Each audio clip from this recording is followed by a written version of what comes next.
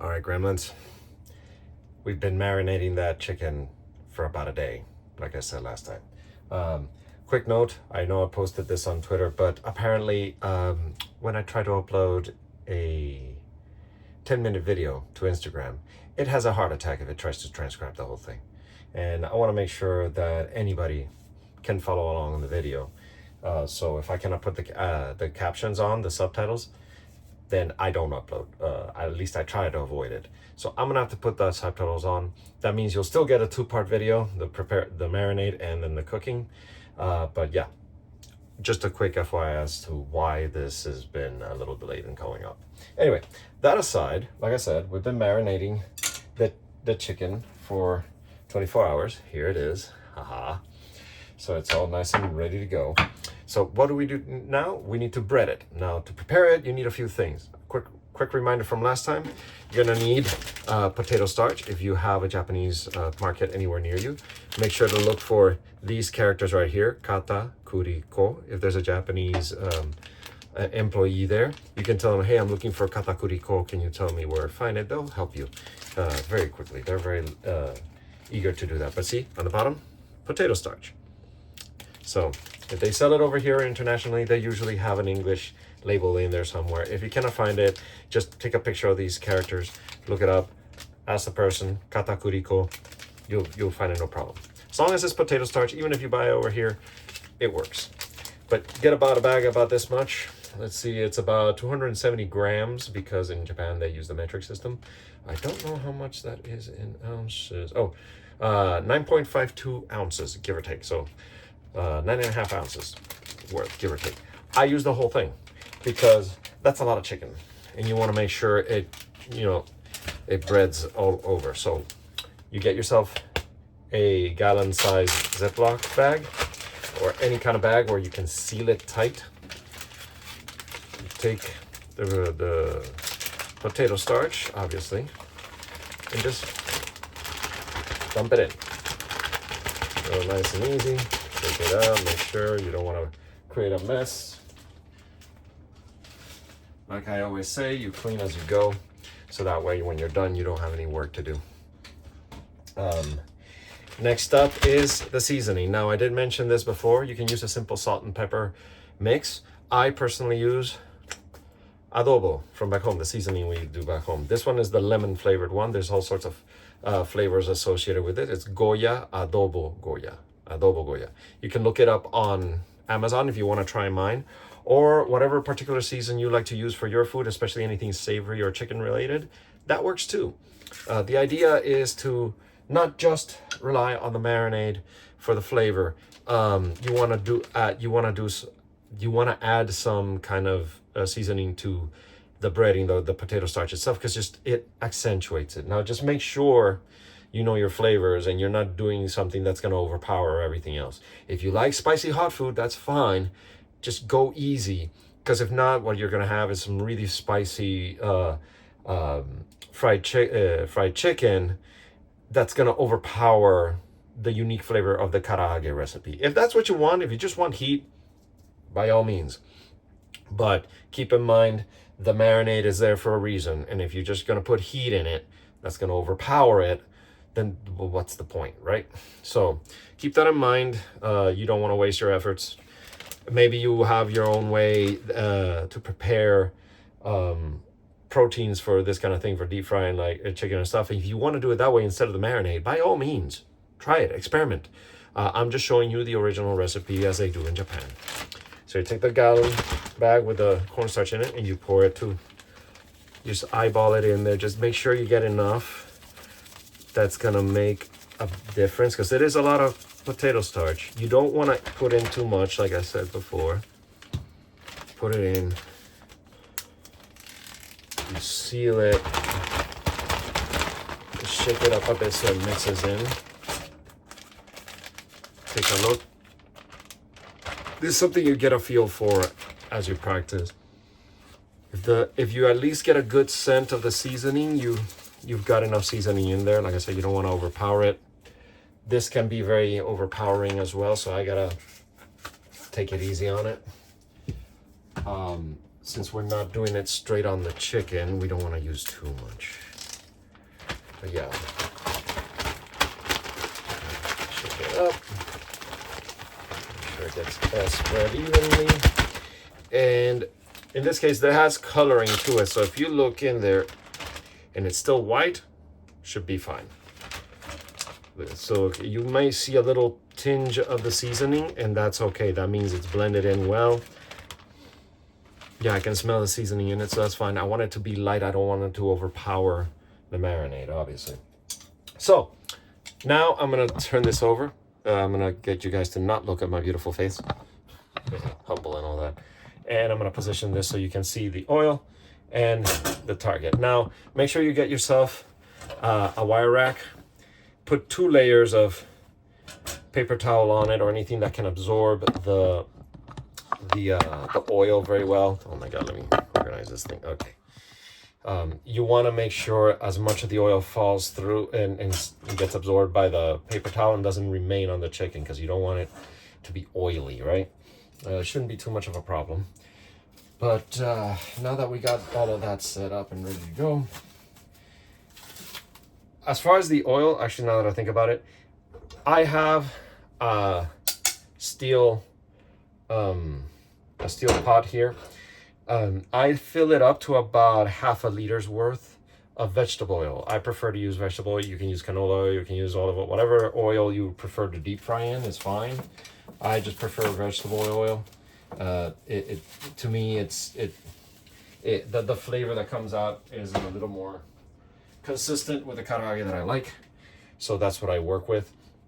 But make sure you don't have too much more than half a liter.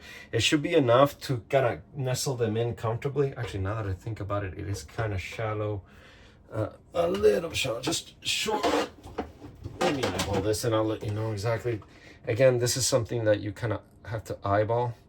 You don't have to do a deep fry like I'm doing right now.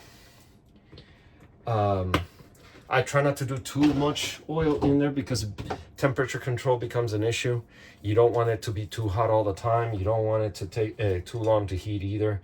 Then it makes it harder to manage it, because what we're gonna do is we're gonna heat it enough so that it can start the frying process, and then we're gonna keep it around medium heat. We're gonna keep it there so it'll slowly fry the chicken, so this chicken can get enough heat and fry slowly. We're gonna take it out. We're gonna let it rest for a bit, and then we're gonna fry it again after putting it on, cranking it up to high and getting it really hot. And we're gonna do a double fry that way. That way the breading gets nice and crunchy and the insides stay nice and juicy. It is a bit tricky. Like I said, temperature control is important. Now, before we do that, we gotta bread this stuff. Now, depending on how long this thing's to heat, we're gonna start putting them in, and halfway through I'm gonna turn the heat on so that it can start heating up, and we make better use of our time. I use cooking chopsticks. They're nice and long. They're perfect for when you're deep frying, because then you don't burn yourself or whatever. If you're not used to using chopsticks, by the way, I can always teach you this later. If you're not used to using cooking chopsticks, you can always use whatever, tongs, fork, whatever you're comfortable with. It doesn't matter. You don't have to use the cooking chopsticks like I do. Okay, so to start, I don't put them all in at once, just so you know. I go a few bits at a time so that I can make sure that they all get breaded all over. It also makes it easier for me to manage the cooking. That way, while a batch is cooking, I can get the next batch breaded. So, come on, quit fighting me. One more should be good. Now the marinade should have gotten really deep into the chicken, which is great. I'm gonna go ahead and start heating this up, since I'm going for the bread while cook approach, just for the efficiency of the video. So you got them in here, and all you do, kind of like a shake and bake. I don't know if I'm telling my age, but shake and bake was that breading mixture thing you could buy at the grocery store way back in the day. And all it was, you put the mix in a bag and you shake the bag, and then you either bake it or fry it. It's super quick and dirty fried chicken. Now, as you roll it in, I like to press lightly against the chicken with the breading so it'll stick. Sometimes the chicken is folded in on itself and it creates gaps. And if you don't do this, the breading doesn't get into the gaps, and then you have exposed parts of chicken that then get oil directly on them. You want to avoid that as much as possible. And by now, they're nicely camouflaged. You cannot tell where they are unless I move them around. See, there's a piece right there. See now how nicely breaded it got? Yeah. Now we're about to hit the fun part in a minute. Let me turn on the fan here. Oh, that reminds me. My smoke detectors are very sensitive, so while the oil heats up a bit, let me go turn on the fan so the smoke detectors don't go on. And it takes too long. There we go. Get that nice and mixed. Oil is heating up nicely. Fry. Just get a little piece of the breading or some equivalent. Get enough. About that much should do. And just drop it in. And if it starts to sizzle and it floats, it's usually ready to go. This is almost ready to go. Almost ready to go.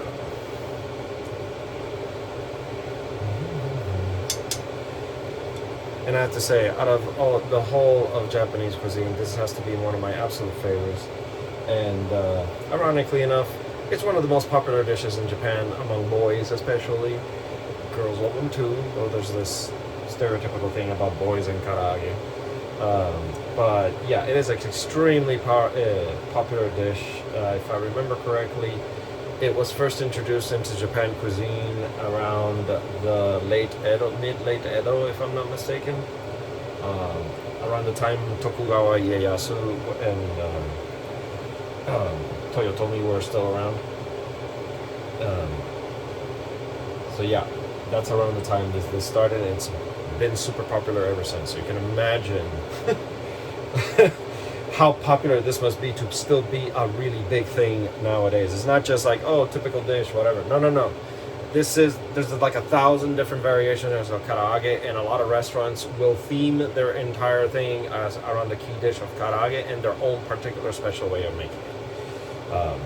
A very Japanese thing, especially in the culinary world. I'm sure those of you who are Japanese cuisine foodies know what I'm talking about. You see it with ramen, you see it with tonkatsu, you see it with pretty much any Japanese dish. There is a restaurant that specializes in it. And they have their own thing that you cannot get anywhere else. Anyway, this thing is about ready to go. So we'll start with one piece, test it, see if it's frying well, and if it is, we'll just continue. The sacrificial guinea pig. Here we go. Oh yeah. Perfect. Alright, we'll get 3 more pieces in there. 2. Alright, that is good. Like I said, we're going to lower the temperature to about medium high to keep it consistently hot, but not increasingly hot. Make sure they are submerged and everything's getting heat. If a little bit starts popping up above the oil, gently put the chopsticks or whatever on it so it sinks low enough that it will start frying. You don't want to press against it. Now we want to cook this a little bit, but we don't want to cook it too much. Like I said, we're going to do an initial fry where it gets the heat and it cooks and all that stuff and gets nice and crunchy on the outside, but we're going to take it out and let it rest. And then after we're done doing our first pass on all of them, we're going to refry it again in high heat. So that way we get that nice little crunchy exterior and yet keep the juices inside. It's like, oh my God. I'm telling you, even after you freeze it and you reheat it on like a air fryer or something like that, which by the way is what I do. I don't fry it again in oil after I freeze it. I actually either bake it in the oven or I cook it in the air fryer And oh my god, it's just as delicious as if you, almost just as delicious as if when it's fresh out of the fryer. Let's see. Oh, I almost forgot. I have to make rice as well. So probably while I am frying some of these, I'm going to prep the rice and get it going. My favorite way to eat my karaage is with rice, white, Japanese white rice, and sticky rice, and maybe some salad on the side. Some people like to do shredded cabbage or whatever. And I also use Japanese seasoned mayonnaise. I know some of you hate mayonnaise, but let me tell you, look. You see this guy? This specific guy? This is not bland. This actually has flavor in it. It has seasoning, vegetable-based seasoning. And oh my God, when you get the savory of this, with that, for me, it's just heaven. Either that, or you can always use salt or salt pepper. You can eat karaage with that. That's another typical way of eating it. So there you have it. That's just the typical way I go about it. My kid loves to eat them with French fries. I'm always giving him some sort of vegetable. Now, do you hear that? Once you start hearing that liquid crackling sound from the frying, that means the juices are starting to bleed into the oil. That's your signal. At least for me, that's my signal that this is about to come out. Once that starts hitting a crescendo, I want to pull it out because I don't want it to drain too much of the juices. Oh, you hear that? That's it. And look at that. Oh, you hear it now, right? Yep, that's it. Heat has hit peak.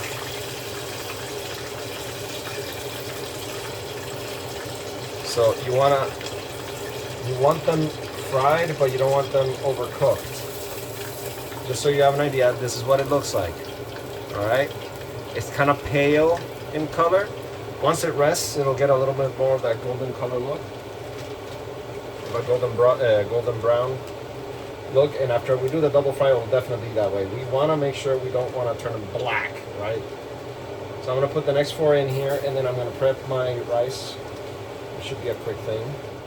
Just so you know, this is what they look like when they dry up for a little bit.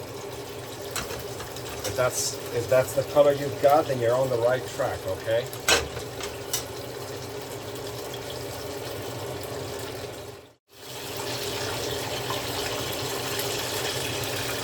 Make sure you let the excess oil drop and get them out. You can always use a little scooping net, which, speaking of which, it might be a good idea for me to do that right now. Oh my God, oh there it is. Get yourself one of these. It'd be good to clean the detritus because there is a lot of loose breading stuff. You release that, you don't want that burning up and dirtying up your oil too much. Just make sure not to rinse this until you're absolutely done, because water and oil, as everybody knows, don't mix, and water and hot oil makes for some very painful explosions that splash on your face. So you don't want your face splashed with hot oil. Alright, so I was done with the last batch there. I'm going to do one last cleanup. I've already cranked this up to high. I had it on medium, just for reference. I'm going to clean out the excess detritus here. Keep it as clean as possible while I wait for it to heat up a little more. The reason we do this, it's a classic double fry. You cook it slowly at a medium heat, at decent heat, so that it seals the breading on the outside and the meat on the inside can, cook, but cook enough to still be juicy and not dry, right? When you take it out and you let it rest, you're letting it simmer in its own juices for a bit there, right? So when we put it back in after we heat it up on high and get that oil really, really hot, then what we do is it'll basically finish sealing that breading on the outside, make it nice and crunchy. giving another kick of heat into the juices that are already in there without letting them escape. Cooking it, giving it more flavor. There's the rice, done just on time, like I said. It's gonna keep it nice and warm for me. While this heats up, I'm gonna go get some things ready. I got enough of those out. I want to make sure I have enough space in here for when the pieces come out. All right, I know which ones I put in first. So you go, make sure you, as you put them back, you put the first ones on the very end, and you work your way from the back to the front at this stage. Oh my God, the thing just keeps floating to the surface. Good. Now, this is quick and dirty, like I said. 1, 2, 3, 4. Like I said, you gotta be quick. Whoa, you see that? Be very careful, it's very hot. 1, give it about 15 seconds, give or take, no more than that. It's really, really hot. That what you hear is the juices getting out. You don't want too much of that to leave the chicken, so to speak. Long enough for it to get nice and crunchy, and you take it out. Some of the charred seasoning, breading might get on it. That's fine. Don't worry about that. It'll be fine. But the end result is going to be very much worth it. All right, I think we have success. Check this out. Check that out. How delicious does that look, huh? There you have it. See, some of these will have some of that burnt breading that I mentioned. Again, don't worry, it's mostly cosmetic. If it's just little bits and pieces like that, that's fine. It's not going to ruin it. This is what you're going for, this color. This nice golden brown tinge to it. It's nice and crunchy. If it's a little pale like this, don't worry about it. Those are very good for when you put them aside for freezing. You can put them in the freezer in a Ziploc bag. I usually use a quart size bag. Let me move this pot of oil back there. I use a quart size Ziploc bag like this one.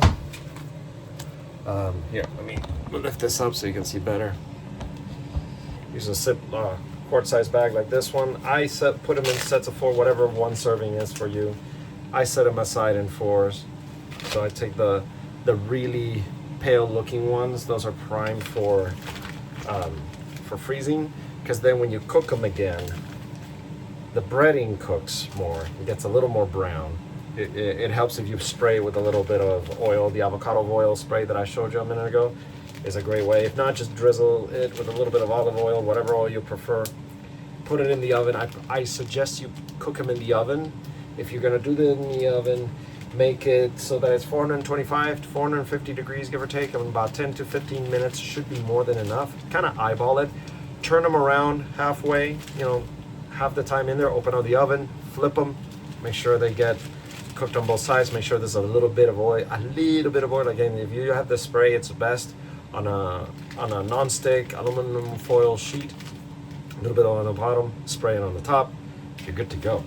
And yeah, put these in the freezer. You have ready to go bags of SaruKage.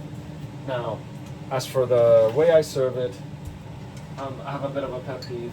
I use a nice little bowl like this for my salad. It makes for a better presentation and makes it easier to manage the salad. For those of you who are curious, I make my own salad mix. It's like an Asian mix type salad. I basically take some green onions, both the whites and the greens, chop them up nice. Some carrot strips, some cabbage, some celery, and baby spinach, and I mix them all together. And it keeps it very, very well. It's a nice mix of veggies there. And then what I do, the nice little extra step that I take is I take some sliced almonds and some fried onions. You can get these at the store. These are the fried onions I usually use. There's many different brands. Use the one that you prefer. Get some fried onions in there. This is just my preferred thing. Use whatever salad you like. You want to use a Caesar, you want to use a spring salad, it doesn't matter. As long as you have some form of veggies to go with this, just to kind of balance out the flavors. If you want to use the broccoli like I did before, you can use those too. Brussels sprouts, carrots, whatever. Whatever floats your boat. Anything you like to accompany chicken with works, right? So I get those in there. Turn this off so the broccoli don't burn. And mix that salad good. Now, as for a dressing, I like to use an Asian sesame dressing. I will show you the one I like to use. It's my preferred one. I have not found a better one yet, but this one, Annie's Asian Sesame. As long as you find one that says Asian Sesame, that should be good enough. I usually put them in a little thing like this to make it easier to pour. Oh great, it gets clogged every now and then, so do keep that in mind.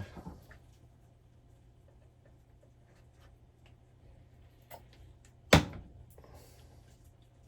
right, got that seasoned in there. Now the rice. I am old school. I have a Japanese style rice bowl. This one is one of my favorites. It has a blue oni on it. I have a matching one with a red oni.